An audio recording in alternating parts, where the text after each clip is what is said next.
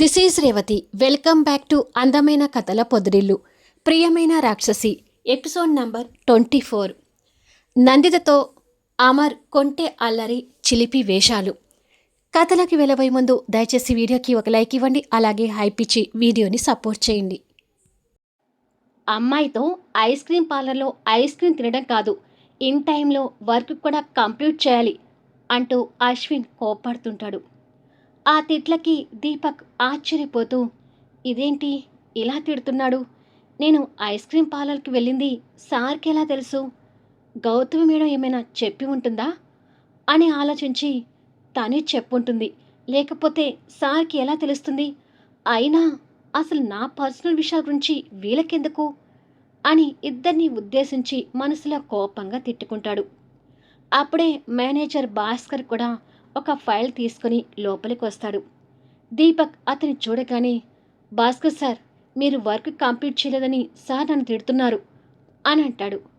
నేనే work complete చేయలేదు sir అని అడుగుతాడు భాస్కర్.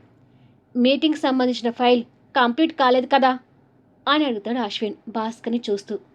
మీటింగ్కి సంబంధించిన ఫైల్ అది కాదు సార్, నా చేతిలో ఉన్న ఫైల్ ఫైనలైజ్ చేసింది, ఈ ఫైల్ కంప్లీట్ అయింది, ఒకసారి చూడండి అని చెప్పి భాస్కర్ ఆ ఫైల్ ఇస్తాడు. అశ్విన్ ఆ ఫైల్ చెక్ చేసి, ఓకే, నేను ఈ ఫైల్ గురించే మాట్లాడేది, యూ కెన్ గో దీపక్ అని అంటాడు. దీని గురించి అనవసరంగా నన్ను తిట్టాడు అని అనుకుంటూ దీపక్ బయటకు వస్తాడు. అలా బయటికి రాగానే గౌతమి ఫైల్తో వచ్చి ఎదురై, హాయ్ దీపక్ అని అంటుంది. దీపక్ తన వైపు కోపంగా చూసి సైలెంట్గా వెళ్ళిపోతాడు. దీపక్ ప్రవర్తనకి గౌతమి కాస్త ఆశ్చర్యపోతూ, నిన్న బాగానే ఉన్నాడు కదా, ఇవాళ ఏమైంది, నాతో మాట్లాడడం లేదు అని అనుకొని అశ్విన్ క్యాబిన్ వైపు వెళ్తుంటుంది. క్యాబిన్లో అశ్విన్ భాస్కర్తో మాట్లాడుతూ, మా అమ్మ బయలుదేరిందంట, కాసేపట్లో వస్తుంది, పైన మీటింగ్ హాల్కి వెళ్ళండి, నేను కూడా వస్తున్నాను అని అంటాడు. ఓకే సార్ అని చెప్పి భాస్కర్ వెళ్ళిపోతాడు. గౌతమి లోపలికొచ్చి, గుడ్ మార్నింగ్ బావా అని అంటుంది. గుడ్ మార్నింగ్ గౌతమి, అమ్మ కూడా ఇంటి నుంచి బయలుదేరిందంట, మనం మీటింగ్ హాల్కి వెళ్దాం పదా అని చెప్పి అశ్విన్ ఫైల్ తీసుకుని గౌతమితో బయటకు వస్తాడు. దీపక్ సీట్లో కూర్చొని వర్క్ చూసుకుంటూ ఉంటే గౌతమి దీపక్ని చూస్తూ అశ్విన్తో కలిసి లిఫ్ట్లోకి వెళ్తుంది. దీపక్ వాళ్ళిద్దరూ వెళ్ళడం చూసి, కాబోయే భార్యాభర్తలిద్దరూ నా వెంట పడుతున్నారేంటో అని అనుకొని అమర్ కోసం ఎదురు చూస్తూ, అందరూ మీటింగ్కి వచ్చారు, ఇంకా అమర్ బాబాయ్ మీటింగ్కి రాలేదేంటి అని అనుకుంటూ ఉండగా అప్పుడే అమర్ ఫైల్ పట్టుకొని హుందాగా లోపలికి వస్తుంటాడు. మీకోసమే చూస్తున్నాను బాబాయ్ అని అంటాడు దీపక్ ఎదురు వెళ్ళి. అమర్ ఆశగా నందిత కోసం చుట్టూ చూస్తూ, మీ చైర్పర్సన్ మేడం వచ్చిందా అని అడుగుతాడు. ఇంకా రాలేదు బాబాయ్, వస్తున్నారని తెలిసింది, మా అశ్విన్ సార్ ఇప్పుడే పైకి మీటింగ్ హాల్కి వెళ్ళారు, కానీ మీరేంటి బాబాయ్ ఇవాళ స్పెషల్గా కనిపిస్తున్నారు అని అంటాడు దీపక్ అమర్ని టాప్ అండ్ బాటం చూస్తూ. స్పెషల్ ఏముంది, మామూలుగానే ఉన్నాను కదా అని అమర్ ఏదో కవర్ చేస్తాడు. అలా మాట్లాడుతూ ఉండగానే నందిత ఆఫీస్ ముందు కార్ దిగుతుంటుంది. దీపక్ అది చూసి, మేడం కూడా వచ్చారు అని అంటాడు. అమర్ చూపు ఆటోమేటిక్గా అటువైపు వెళ్ళగానే నందిత తన గాగుల్స్ సెట్ చేసుకుంటూ హుందాగా లోపలికి వస్తుంటుంది. అమర్ సూట్ సరి చేసుకుంటూ తను రావడం చూస్తుంటాడు. నందిత లోపలికొచ్చి ఎదురుగా ఉన్న అమర్ని చూసి ఒకంత ఆశ్చర్యపోతూ కళ్ళకు ఉన్న గాగుల్స్ తీస్తుంది. అమర్ డ్రెస్సింగ్ స్టైల్ని కొత్తగా చూస్తూ, ఇదేంటి నాకు ఇష్టమైన కలర్ కాంబినేషన్ డ్రెస్సులు వచ్చాడు, పైగా మొన్నటికి ఈ రోజుకి కొన్ని సంవత్సరాల వయసు తగ్గి టీనేజ్ కుర్రాళ్ళలాగా కనిపిస్తున్నాడేంటి, ఎవరిని పడేద్దామనో ఇలా హీరోలాగా వచ్చాడు, మాయ చేసి ఈ నందితని పడేద్దామని అనుకుంటున్నాడేమో, ఆ పప్పులు అస్సలు ఉడకవు అని మనసులో అనుకుంటూ ఉండిపోగానే అమర్ చిరునవ్వు చిందిస్తూ, గుడ్ మార్నింగ్ మేడం అని ఎవరు గమనించకుండా తనకి కన్ను గీటుతాడు. అది చూసి నందిత ఒక్కసారిగా నిర్ఘాంతపోతూ కళ్ళు పెద్దవి చేసి కోపంతో చూస్తుంటుంది. అమర్ వెనుక ఉన్న దీపక్కి అమర్ వేసే కొంటె వేషాలు తెలియక, ఇదేంటి మా బాబాయ్ గుడ్ మార్నింగ్ అని గ్రీట్ చేస్తున్నా ఈ మేడం కాస్త కూడా రిప్లై ఇవ్వట్లేదు అని అనుకుంటాడు. అమర్ కొంటె వేషాలకి నందిత కోపంగా చూస్తూ లిఫ్ట్ వైపు వెళ్తుంటుంది. మీటింగ్ అయిపోయిన తర్వాత కలుద్దాం దీపక్ అని చెప్పి నందిత వెనక వెళ్తుంటాడు. దీపక్ కూడా తిరిగి తన సీట్లోకి వెళ్ళి కూర్చుంటాడు. అప్పటికే నందిత లిఫ్ట్లోకి వెళ్ళి బటన్ ప్రెస్ చేయబోతుండగా, నేను కూడా వస్తాను మేడం అంటూ ఆతృతగా లోపలికి వచ్చేస్తాడు. ఏయ్, నువ్వు తర్వాత రావచ్చు కదా అని కోపంగా అంటుంది. అమర్ లిఫ్ట్ బటన్ ప్రెస్ చేస్తూ, ఎంత నేను నీకు మొగుణ్ణైనా బిజినెస్ పార్ట్నర్ని నువ్వు అని కాకుండా మీరు అని పిలుస్తారేమో అని అంటాడు కొంటెగా చూస్తూనే. అప్పటికి లిఫ్ట్ డోర్స్ క్లోజ్ అయ్యి లిఫ్ట్ మూవ్ అవుతూ ఉంటుంది. ఓహో, తమర్ని ఇప్పుడు గౌరవించి పిలవాలా అని అడుగుతుంది గుడ్లూర్మి చూస్తూ. అమర్ నవ్వుతూ తన చెయ్యిని చేతులకు తీసుకుని, నువ్వు నా ప్రాణ సఖివి కాబట్టి ఎలా పిలిచినా నాకు ఓకేలే డియర్, ఏదో ఊరికని అలా అన్నాను అని అంటాడు. నందిత కోపంగా ఆ చేయిని వెనక్కి గుంజుకొని, ఏంటి అంతా కొత్త కొత్తగా ప్రవర్తిస్తున్నావు అని అడుగుతుంది. ఏం చేయాలి మరి, కొన్నేళ్ల తర్వాత నిన్ను చూశాను కదా, నాలో నీ మీద ఉన్న ఫీలింగ్స్ రెక్కలు కట్టుకొని ఎగురుతూ బయటికి వస్తున్నాయి అంటూ టీచ్ చేస్తుంటాడు. పిచ్చి పిచ్చి వేషాలు వేయకు, నేనిప్పుడు నీ భార్యని కాదు అని అంటుంది. అలాగా, మరి నా భార్యవి కాకుండానే నా మీద కక్ష కట్టకుండానే కోట్ల రూపాయల నష్టాన్ని తెచ్చిపెట్టావా నా కంపెనీకి అని అడుగుతాడు.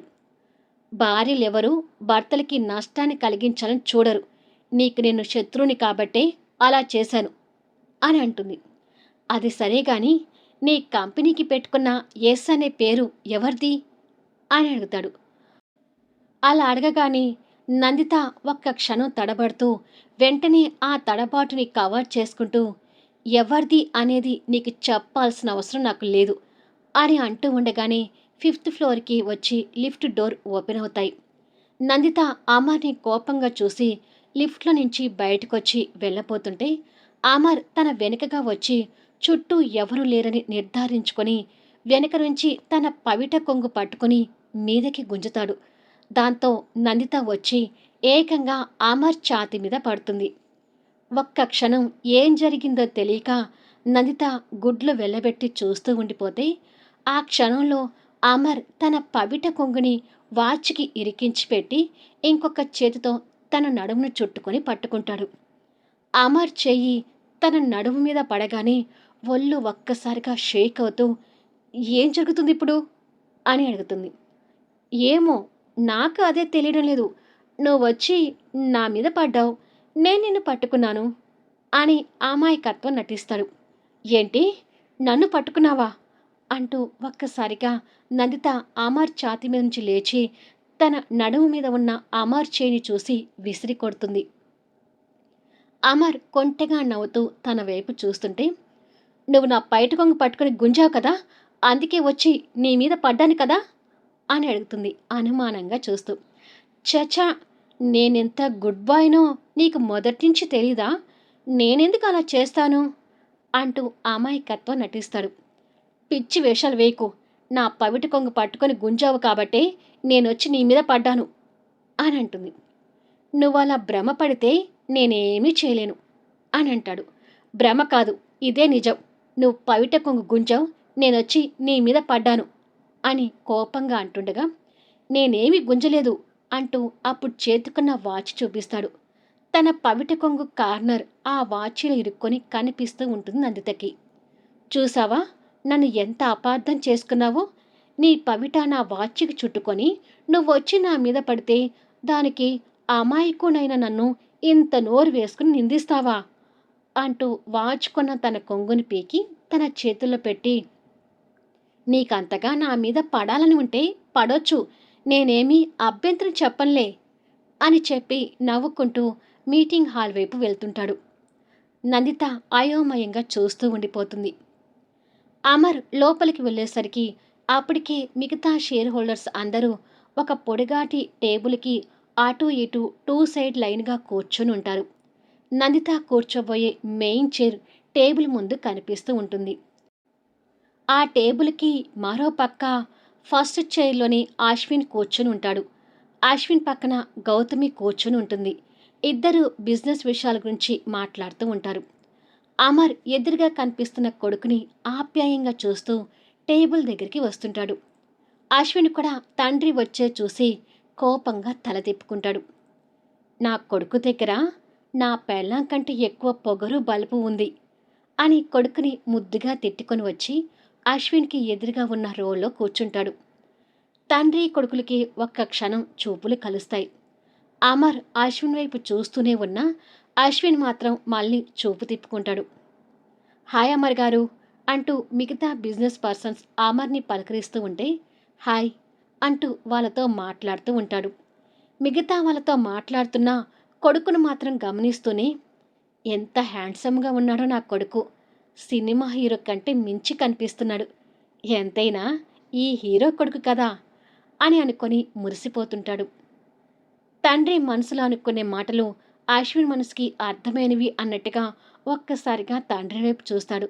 ఆ మరుక్షణమే మళ్ళీ కోపంగా మొహం తిప్పుకుంటాడు.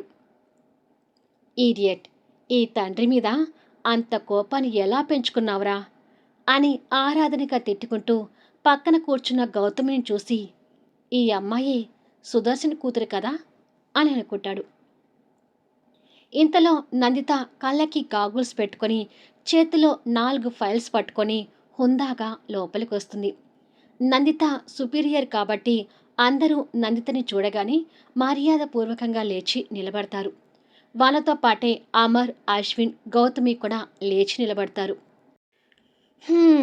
అంటూ అమర్ నిట్టూర్చి, నా పెళ్ళం అలా వస్తే నేను ఇలా నిలబడే రోజు ఒకటి వస్తుందని అస్సలు ఎక్స్పెక్ట్ చేయలేదు. ఏమైనా ఈ ఫీలింగ్ కూడా భలే ఉందిలే అని తనలో తను అనుకుంటాడు. అమర్ వేసిన వేషాలకి నందిత అమర్ వైపు కోపంగా చూస్తూ తన చైర్లోకొచ్చి కూర్చొని ప్లీజ్ సిట్ డౌన్ అని అంటుంది. దాంతో అందరూ కూర్చుంటారు. నందిత తన గాగుల్స్ తీసి పక్కన పెట్టి ఫైల్స్ ఓపెన్ చేసి ఈ ఇయర్ మన బిజినెస్ టర్నోవర్ గురించి మాట్లాడదామని మిమ్మల్ని మీట్ అవ్వమన్నాను అంటూ ఇంగ్లీష్లో మాట్లాడుతుంటుంది. అంతమందిని బిజినెస్ మ్యాగ్నెట్ని శాసిస్తూ ఇంగ్లీష్లో మాట్లాడుతున్న పెళ్ళాన్ని గొప్పగా చూస్తూ ఒకప్పుడు పల్లెటూరులో తనతో కాపురం చేస్తున్న నందితని ఇప్పుడు నందితని పోల్చుకుంటూ ఉంటాడు. ఎవరు గమనించకుండా అమర్ తనని ఫోన్లో బంధిస్తూ ఉంటాడు. ఇలా కొద్దిసేపు మాట్లాడిన తర్వాత సో కొత్తగా జాయిన్ అయిన షేర్ హోల్డర్స్కి మాత్రం 2 years వరకు లాభాలు షేర్ చేయకూడదని కంపెనీ చైర్పర్సన్ అండ్ డైరెక్టర్గా నిర్ణయం తీసుకున్నాను అంటూ అమర్ నెత్తి మీద పెద్ద పిడుగు వేస్తుంది. మేమందరం ఎప్పటినుంచో ఉన్నాం కదా మేడం, మాకు ఎలాంటి ప్రాబ్లం లేదు అని అమర్ తప్ప మిగతా వాళ్ళందరూ అంటుంటారు. అమర్కి మాత్రం పిడుగు ఎందుకు అంటే అమర్ షేర్ హోల్డర్గా కొత్తగా జాయిన్ అయ్యాడు కదా అందుకని. తల్లి ఇచ్చిన షాక్కి కొడుకు ఓరగా తండ్రిని గమనిస్తూ ఉండిపోతాడు.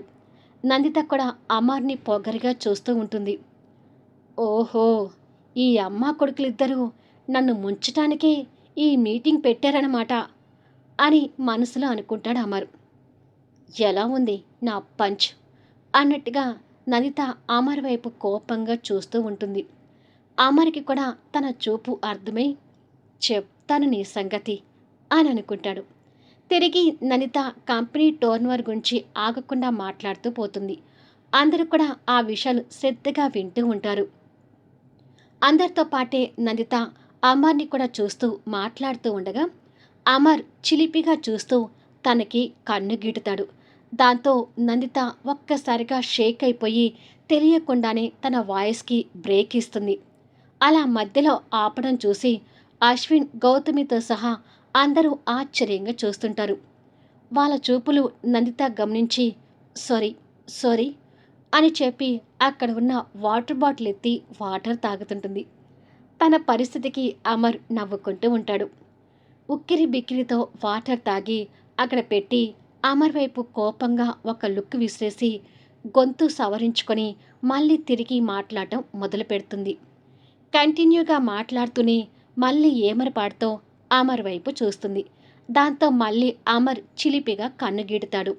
మళ్ళీ కూడా నందిత వాయిస్కి బ్రేక్ పడుతుంది. ఏమైంది అన్నట్టుగా మళ్ళీ అందరూ తన వైపు చూస్తుంటే తను తడబడుతూ సారీ అని అంటుంది. ఈసారి అశ్విన్కి అనుమానం వచ్చి తండ్రిని చూస్తాడు.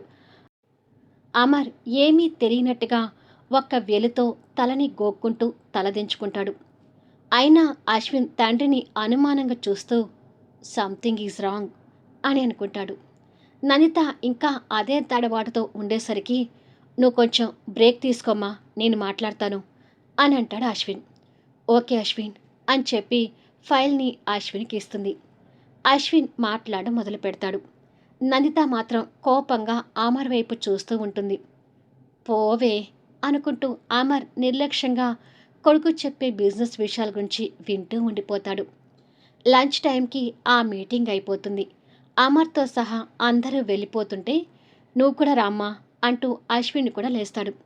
ఈ ఫైల్స్ సర్దుకొని నేను వస్తానులే అశ్విన్, నువ్వు వెళ్ళు అని అంటుంది నందిత. సరేనమ్మా అని చెప్పి అశ్విన్ గౌతమితో కలిసి వెళ్ళిపోతాడు. ఆ హాల్లో నందిత ఒక్కతి తల వంచుకొని ఫైల్స్ సర్దుతూ ఉండగా ఎవరో కసకసా తింటున్న సౌండ్ వినిపించి అటు ఇటు చూస్తుంది. అలా చూస్తూనే డోర్ వైపు చూసేసరికి అమర్ ఓ స్టైల్లో నిలబడి వాళ్ళ రొమాంటిక్ ఫ్రూట్ అయిన ఎర్రటి యాపిల్ని ఊరిస్తూ కొరుకుతూ తింటూ ఉంటాడు. అది చూసి నందిత షాక్ అవుతూ ఉండగానే అమర్ ఆ యాపిల్ తింటూనే డోర్ క్లోజ్ చేసి తన దగ్గరికి వస్తుంటాడు. మళ్ళీ నెక్స్ట్ వీడియోలో కలుద్దాం. అమర్ నందిత మధ్య ఇంకా ఏం జరగబోతుంది? నందిత పెడుతున్న ఫైనాన్స్ కష్టాలు అమర్కి ఎలా తీరుతాయి? అమర్ ఫోన్లో నందిత ఫోటో ఆనంది చూసే ఛాన్స్ వస్తుందా? అమర్, నందిత, అశ్విన్, ఆనంది మధ్య జరిగే ఆసక్తికరమైన సన్నివేశాలు మిస్ కాకుండా చూడండి. కథ నచ్చితే దయచేసి లైక్ చేయండి, హైప్ ఇవ్వండి, మీ అమూల్యమైన కామెంట్స్ షేర్ చేయండి. Thank you for listening.